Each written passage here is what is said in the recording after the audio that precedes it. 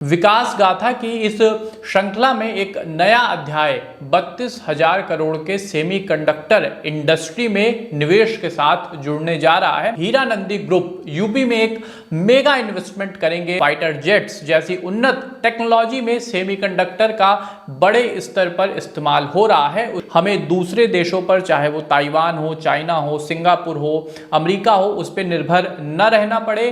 चीन ताइवान को लेकर पजेसिव है, एग्रेसिव है, उस पर दबाव बना रहा है। चाइना ताइवान के खिलाफ कोई बड़ा मिलिट्री अभियान छेड़ दे और उसको मेनलैंड चाइना में मर्ज कर ले, इसको हम अपने देश में बना करके कैसे स्ट्रेटेजिक रूप से दूसरे देशों से आगे हो सकते। उत्तर प्रदेश के फायर ब्रांड मुख्यमंत्री योगी आदित्यनाथ 2017 के बाद जब से उन्होंने उत्तर प्रदेश की कमान संभाली है, कई बड़े आर्थिक फैसले लेकर प्रदेश का कायाकल्प उन्होंने किया है। पिछले 7-8 सालों में उन्होंने जो भी आर्थिक फैसले लिए हैं उसका न सिर्फ यूपी की इकोनॉमी पे ह्यूज इम्पैक्ट पड़ा है, बल्कि यूपी अब देश का भी ग्रोथ इंजन बनता जा रहा है।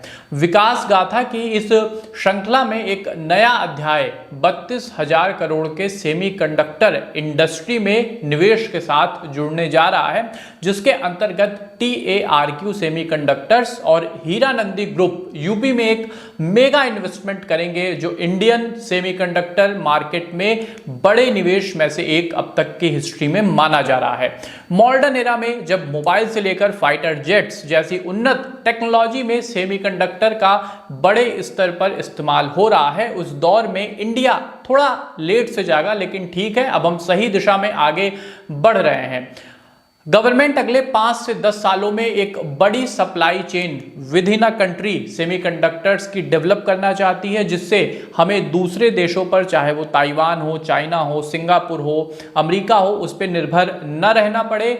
हम जो भी इलेक्ट्रॉनिक इक्विपमेंट हो गया, मोबाइल, लैपटॉप या फिर फाइटर जेट्स, डिफेंस इंडस्ट्री में जो भी सेमीकंडक्टर्स का यूज़ हो, जो भी उसकी ज़रूरत हो, वो हम खुद बना सकें। क्योंकि आज के सिनेरियो में अगर देखें तो ताइवान करीब 50 to 70% माइक्रोचिप्स प्रोड्यूस करता है, और जिस तरह से चीन ताइवान को लेकर पजेसिव है, एग्रेसिव है, उस पर दबाव बना रहा है, उस लिहाज से ऐसा लगता है कि अगर अगले 4 से 5 सालों में चाइना ताइवान के खिलाफ कोई बड़ा मिलिट्री अभियान छेड़ दे और उसको मेनलैंड चाइना में मर्ज कर ले, तो ये कोई बहुत बड़ी बात नहीं होगी। और अगर ऐसा होता है तो न सिर्फ ताइवान को नुकसान होगा, बल्कि चाइना एक झटके में पूरी जो दुनिया की मार्केट है 70 to 80% की माइक्रोचिप्स की, वो चाइना की मुट्ठी में एक झटके में आ जाएगी। इसलिए अगर इंडिया को स्ट्रेटेजिक स्वतंत्रता बनाए रखनी है तो ये बेहद जरूरी है कि सेमीकंडक्टर जैसी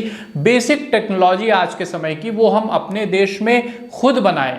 क्योंकि आप भी समझते हैं कि सेमीकंडक्टर्स अगर हम उसको बाहर से मंगाते रहे तो आगे आने वाले 3 से 4 सालों में कहीं ना कहीं हमें चाइना के ऊपर और ज़्यादा आश्रित होना पड़ेगा।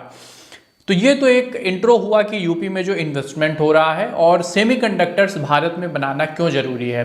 तो आइए समझते हैं 3 से 4 ऐसे कारण कि सेमीकंडक्टर्स का आज के समय में क्या यूज़ है, इसको हम अपने देश में बना करके कैसे स्ट्रेटेजिक रूप से दूसरे देशों से आगे हो सकते हैं। तो पहला, राष्ट्रीय सुरक्षा और आत्मनिर्भरता। सेमीकंडक्टर टेक्नोलॉजी आज के वक्त में हर एक डिफेंस इक्विपमेंट में यूज़ हो रही है, चाहे वो मिसाइल हो, ड्रोन हो, सैटेलाइट हो, आपका सबमरीन्स हो, कोई भी डिफेंस की टेक्नोलॉजी उठाइए, बिना सेमीकंडक्टर के आप उसको बना ही नहीं सकते। आपके पास माइक्रोचिप एक ह्यूज मात्रा में होनी चाहिए, और कोई भी देश अपनी सिक्योरिटी को इसके बिना इमेजिन ही नहीं कर सकता है। वो देश आज के समय में सर्वाइव ही नहीं करेगा।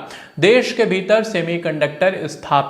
सेमीकंडक्टर इंडस्ट्री स्थापित करने से भारत अपनी रक्षा आवश्यकताओं के लिए बाहरी देशों पर निर्भर नहीं रहेगा, खासकर जब बात चीन की हो, क्योंकि चीन अधिनायकवादी है। कल को उसे लगता है कि भारत हमारे लिए खतरा बन रहा है, वो सीधे कह दे कि भाई हम आपकी जो भी सेमीकंडक्टर की डिमांड है या जो भी इससे जुड़ी हुई सप्लाई चेन है वो हम आपको पूरा नहीं करेंगे, तो आप क्या करेंगे। इसलिए ज़रूरी है कि आप इसको देश में बनाइए।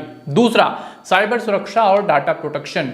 सेमीकंडक्टर चिप्स का उपयोग रक्षा और साइबर सिस्टम में भी होता है। अगर ये चिप्स दूसरे देशों से आयात की जाती रहीं तो साइबर हमलों और डेटा लीक का खतरा बना रहेगा। फर्ज करिए कि चाइना से कोई मोबाइल आता है, उसमें वहाँ का सेमीकंडक्टर लगा होता है, कोई ऐसी एक टेक्नोलॉजी वो उसमें यूज़ कर लेते हैं कि जो इंडिया का बहुत ही ऑथेंटिक डाटा है, बहुत ही हमारी सुरक्षा से, हमारी प्राइवेसी से, हमारी इकोनॉमिक पॉलिसी से जुड़ा हुआ डाटा है, और वो किसी भी माध्यम से, साइबर नेटवर्क के माध्यम से उनके पास पहुंच रहा है, तो आप सोच के देखिए कि हमें कितना बड़ा सेटबैक लग सकता है। कल को मान लीजिए कि सेमीकंडक्टर्स की बड़ी मार्केट चीन एक्वायर कर लेता है, तो उस स्थिति में इंडियन साइबर नेटवर्क कितना सुरक्षित रहेगा, इसके ऊपर आप खुद विचार कर सकते हैं। तीसरा, वैश्विक भू राजनीतिक स्थिति में मजबूती। सेमीकंडक्टर इंडस्ट्री में आत्मनिर्भरता भारत को वैश्विक स्तर पर ज्यादा मजबूत खिलाड़ी के रूप में आगे लाएगी। देखिए, पिछले कुछ सालों में हमने डिफेंस और स्पेस में खास तौर पे बढ़त बनाई है, नो डाउट। पूरी दुनिया आज भारत को देख रही है कि स्पेस में हम चांद पर उतरते हैं, बड़े बड़े मिसाइलें हम लॉन्च करते हैं और सक्सेसफुली बहुत कम हमारा ऐसा होता है कि उसमें हमें सफलता ना मिले।